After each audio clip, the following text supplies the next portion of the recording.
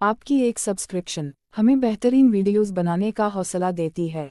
Channel को subscribe करें और बेल आइकन भी साथ दबा दें।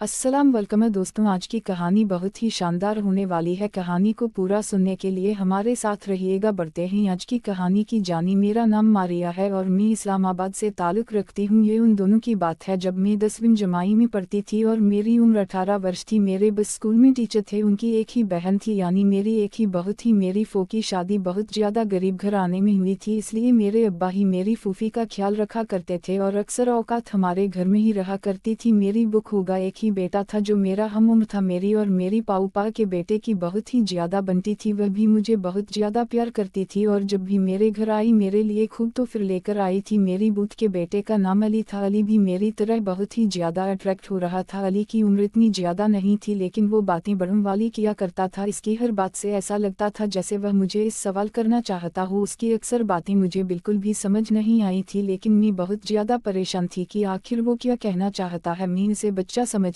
थी, लेकिन शायद वो तो कुछ और ही सोच रहा था। वह मेरे बड़े में तरह तरह की बातें सोचता था, लेकिन मैं ऐसा कुछ नहीं करना चाहती थी। अब तो मेरी पोपो और उसका बेटा मुसलसल हमारे घर में कायम पाया थे, क्योंकि गर्मियों की छुट्टियां हो चुकी थी। वह हमारे घर रहने के लिए आई हुई थी। जैसे जैसे दिन गुजरते जा रहे थे अली मेरे साथ बहुत ज़्यादा अटैक हो गया था। अब वह हर वक्त मेरे कमरे में रहने लगा था। हम दोनों मिलकर ही खेलने और मिलकर सबक याद कर लिया करते। घर वाले भी हम पर बिल्कुल भी शक नहीं करते थे, क्योंकि हम दोनों कजन थे। कोई भी हमारी तरफ ऐसी निगाह से नहीं देखा था और अली इस बात का बहुत ज़्यादा फ़ायदा उठाने की कोशिश कर रहा था। अली को जब भी मौका मिलता वह मेरे साथ अजीब किस्म की बातें करना शुरू कर देता। पहला तो मैं अली की बटन पर गुस्सा किया करती थी, लेकिन जैसे जैसे दिन गुजरते जा रहे थे पता नहीं क्यों मुझे भी अली की बातें अच्छी लगी। मेरा खुद भी दिल चाहता था कि अली मुझे ऐसी बातें करें। ऐसी बातें करने से मुझे बहुत ज़्यादा सुकून मिलने लगा था। अली के साथ साथ में भी बुराई की तरफ रहीम हो रही थी, लेकिन मुझे उसे बात पर यकीन था कि अली कभी भी मुझे किसी के सामने रुस्वा नहीं होने देगा। दिन जैसे ही गुजरते रहे, फिर एक रोज अली से खाने लगा, मैं तुमसे ताल्लुक बनाना चाहता हूँ। मैं अली की कुछ बातें समझ नहीं कर रही थी। मैंने अली से कहा कि कैसा ताल्लुक बनाना चाहते हो, हम तो पहले ही कज़न हैं। अली मुझे खाने लगा, नहीं मैं इस ताल्लुका की बात नहीं कर रहा। मैं भी बच्ची नहीं थी, मुझे अली की सारी बातें उसे रोज समझ रही थी। अली मुझे 2 साल छोटा था, लेकिन उसके बातें बड़े वाली थी। जैसे जैसे दिन गुजरते जा रहे थे मेरे हुस्न को भी कर चंद ग रहे थे। मैं पहले से बहुत ज़्यादा खूबसूरत ग रही थी। अली भी मेरी खूबसूरती पर फिदा हो चुका था। वह हर वक्त मुझे हासिल करने की जिद में लगा रहा। जब भी अली मुझे देखा वह मुझे देखा ही रह जाता कि हालात से ऐसे लगता जैसे वह मेरे साथ जरूर कोई खेल खेलेगा। वह मेरी तरफ बहुत अजीब नज़रों से देखा था। अली का ऐसे देखना मुझे बहुत ज़्यादा कापाड़ कर रहा था। उसकी नित मुझे बिल्कुल भी अच्छी नहीं गिर रही थी और मुझे इस बात का बहुत ज़्यादा डर था कि अगर यह बात ऊपर अब्बू तक पहुंच गई तो वो मेरा बहुत ज़्यादा बड़ा हाल कर देंगे। वैसे भी अली मुझे 2 साल छोटा था और मेरा यह फ़र्ज बनता था कि मैं उसे समाम यह कम ठीक नहीं है। 1-2 मरतबा मैंने अली को प्यास से समझने की बहुत ज़्यादा कोशिश की, लेकिन अली अपनी ज़िद पर टाइम था। वह मुझे खाने लगा कि मैं तुम्हें हर कीमत पर हासिल करके रहूँगा। पहला तो मुझे ऐसे लगा जैसे अली मुझे मोहब्बत करता है, लेकिन वह मोहब्बत नहीं, मुझे कुछ और ही चाहता था और यह बात मुझे अच्छी तरह समझ चुकी थी, क्योंकि मोहब्बत करने वाले ऐसे बिल्कुल भी नहीं होते। इस बात का अंदाज़ मुझे उसे रोज हुआ जब वह मेरे हुस्न की बार बार तारीफ़ करने लगा और खाने लगा, इतनी सी उम्र में तुम तो बहुत मोती गिर रही हो। हालांकि मैं बिल्कुल भी मोती नहीं थी। अली की यह बात भी मुझे अच्छी तरह से समझ गई थी कि वह मुझे क्या कहना चाहता है। मेरे लाख माना करने के